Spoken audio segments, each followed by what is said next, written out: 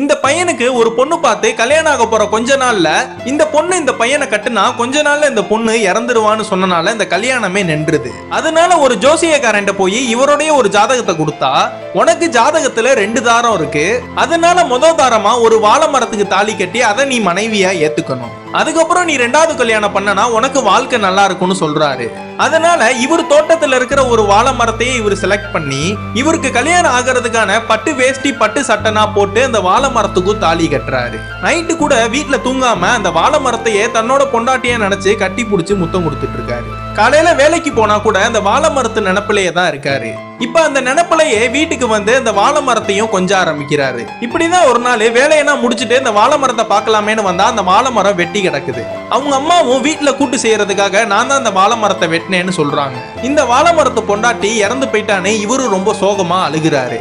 கொஞ்ச நாள்லயே இந்த வாழை மரத்து பக்கத்துல 2 கண்ணு முளைச்சு வருது. அந்த 2 கண்ணை பார்த்த இவரு தன்னோட ரெட்டை புள்ளன்னு நினைச்சுக்கிறாரு. இவருக்கு ஒரு நல்ல பொண்ணா பார்த்து கட்டி வைக்கணும்னு பொண்ணு பார்க்க இழுத்துட்டு போனா, எனக்கு இதுனா வேணாம், எனக்கு ஆல்ரெடி கல்யாணம் ஆகி ரெட்டை புள்ள இருக்குன்னு இந்த வாழை மரத்தை காட்டுறாரு.